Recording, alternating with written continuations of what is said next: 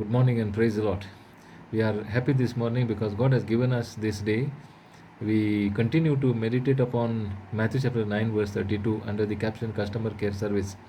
We buy products from the company, we go to showroom. There is something called warranty period when we buy any product. If anything goes wrong with the product that we have bought, they will replace this product at no cost. And there is something called customer care service. We call customer care service. Sometimes our calls are answered, sometimes not. But when we apply this to our spiritual realm, we go through many painful moments in our lives. We go through unfortunate events in our lives. We meet with accident. There are so many things that we struggle with, and we call upon God, and God answers us. God answers us, and He comes right away. God is so good at all times. Coming back to the scripture portion that we have taken, that is one verse, Matthew chapter 9, verse 32, where we find Jesus driving out the demon and a mute person speaking, and people were testifying it. What is the greatest concern that God has for people? What do you think? What is the greatest concern that God has for His people? Is it healing the sick or raising the dead or performing the miracles? I don't think so.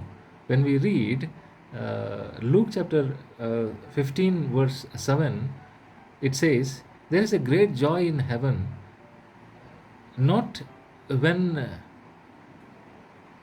a sick person was healed or the dead was raised, but when a lost sinner repents and returns back to God.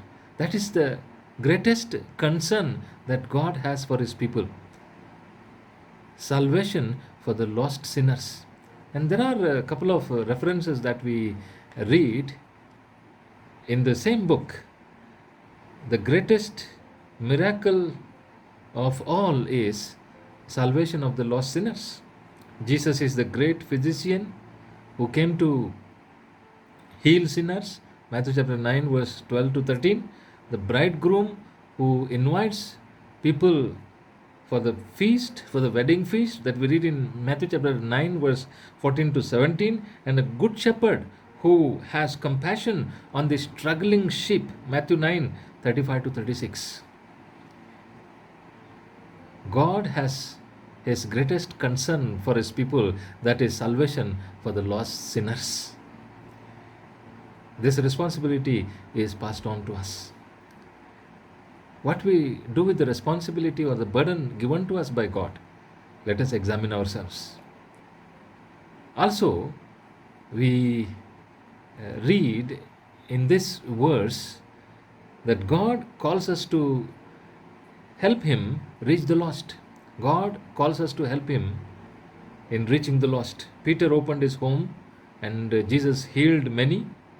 Matthew opened his house to introduce his friends to Jesus. The blind men who were healed spread the news about Jesus in the whole country. Jesus is seeking disciples and harvesters to get the job done. Are we there with Jesus working at all times? And have this concern of salvation for the lost sinners. And we do the same as disciples did in order to reach the lost. May God bless each one of us and keep us at the center of His will. God is real and His words are always real. We go back to God, we revisit the Word, and He speaks to us. May God continue to do that in our life. Amen. Shall we pray? Loving gracious Heavenly Father, we thank You for the word that You have blessed us with this morning. Yes, Lord, the greatest concern that we ought to have is salvation for the lost sinners. Yes, we help You in reaching the lost in our lives as Your people.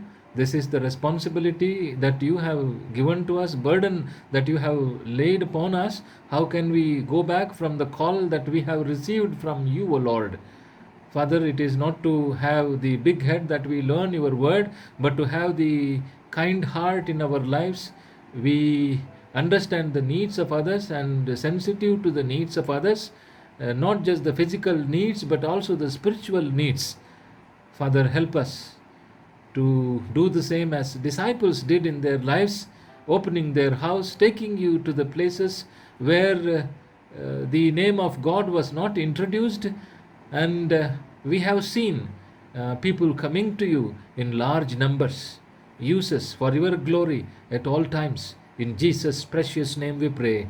Amen.